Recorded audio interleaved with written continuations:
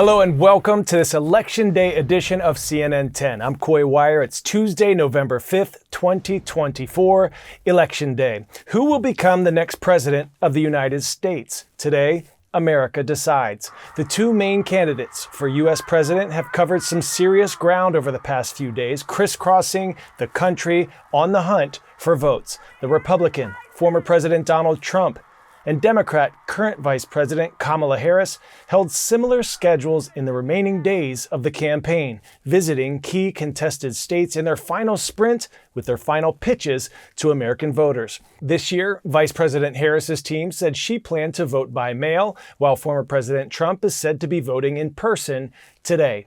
Of course, their race is hardly the only one. 34 of the 100 U.S. Senate seats are up for re-election this year. All 435 voting seats in the House of Representatives are up for election as well. 11 states are holding gubernatorial or governor elections, and people are voting on ballot measures, which are laws or issues that citizens decide themselves. All of this is happening today for those who didn't already participate in early voting. And when it comes to the presidential race, the number we're looking for is 270. That's how many electoral votes the candidate needs to win the presidency. Each state gets a different number of these based on its population. Most of the attention this year will be on 7 key battleground states that could go for either candidate. Those are Arizona, Georgia, Michigan, Nevada, North Carolina, Pennsylvania, and Wisconsin, with a total of 94 electoral votes up for grabs in that group. As we stated before, though, we may not have the answer tonight. Some states may still be counting ballots, and in a close race, results from some states may not be known for days, so the results of the election may not be either. And there are other complications with the election process that may also delay results. Now, as the results come in on election night, everybody's waiting for news of the call. Now appears President Reagan has won. And he has called Reagan and congratulated him. That's when the losing presidential candidate calls the winner to concede the election. A few minutes ago, I called President Bush, President Clinton, Senator Barack Obama, President congratulated Donald Trump to ensure the smooth transition of power. Now, of course, that's not always how it goes down. The vice president has recalled the governor and retracted his concession. He's not ready to give this up just yet. Election night is just the start of what can actually be a very lengthy process to officially pick the president. Now let's back up for a second. When you vote for president, you're not doing it directly. That's why a candidate can win the popular vote, but not the presidency. What you're actually doing, you're voting for electors. Those are people who are appointed in each state to then choose the president and the vice president. Federal law says all election disputes at the state level need to be wrapped up by December 8th so the electors can cast their ballots on December the 14th. Now, each state governor has got to certify the electors' votes and then send them on to Congress. So the results aren't official until the new Congress counts those ballots on January the 6th. Now, it's usually a straightforward process, but let's say one of the candidates questions the legitimacy of the state's count. The governor could choose not to certify the electors' votes, or, though this is really unlikely, the state legislature could decide to contest the election and send a different count to Congress, meaning Congress could end up with no results or with competing results from the same state.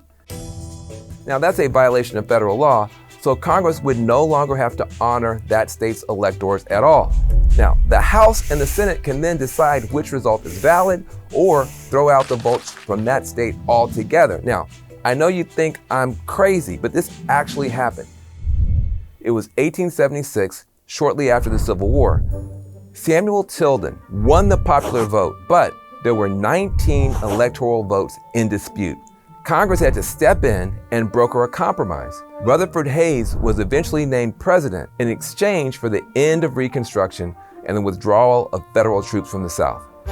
Here's where things get even more interesting. If a candidate still doesn't have a majority of electoral votes by the end of this process, the 12th Amendment says the House of Representatives decides who will be president, and each state delegation gets one vote. The Senate picks a vice president.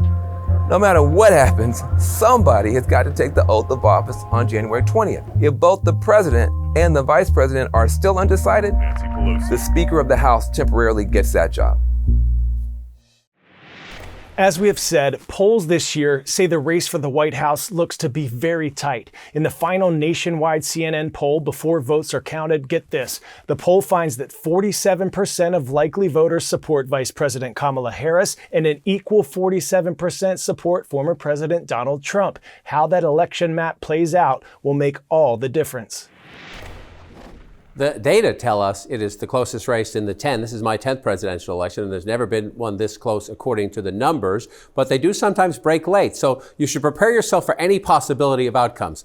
A split back and forth between the states, or you could prepare yourself that one candidate does have late momentum and runs up most of the battleground states. Either one of those scenarios, a sort of a split decision, a boxing match, or somebody sweeping most of them is possible. So let's go through some of the numbers, and why do I say that? Let's start in the blue wall states, right? Look at these. Forgive me for turning my back. Just want to stretch this out a little bit so people can see it more clearly at home. This is the CNN poll of polls. You're right. There was some new New York Times data out today. There are some hints of maybe a little bit of Harris momentum in there. The Sunday before the election, I always lapse back into caution mode, right? Let's be careful. Let's let people vote. Let's be respectful of the process. And let's look at the average of the polls. That's the safest way to do it. 49-46 in Wisconsin. So you could say Harris is a lead. That's so close. It's, that's a statistical tie. But 48-46 in Michigan. 48-48, an actual tie in, of course, battleground Pennsylvania. So let me just shrink this down and take it off to the side a little bit and put it down here, and then we'll do this one. So that's the blue wall states. What about the Sun Belt states, right? So forgive me again, I just want to stretch it out. North Carolina, Trump with a 1-point edge, that's the statistical tie, no clear leader. Georgia, same thing, Trump 49, Harris 47, so the Trump campaign say we're ahead a little bit. I would say then that means who turns out is going to affect that. In Arizona, again, Trump consistently has had a tiny lead in Arizona, small lead in Arizona, 49-47. Again, certainly advantaged Trump by the numbers, but within reach for the vice president. It's that close. So let's take this literally, as in, let's assume it played out exactly like our averages say on the Sunday before, right? So you have Harris gets Wisconsin, Harris gets Michigan, Pennsylvania's an actual tie.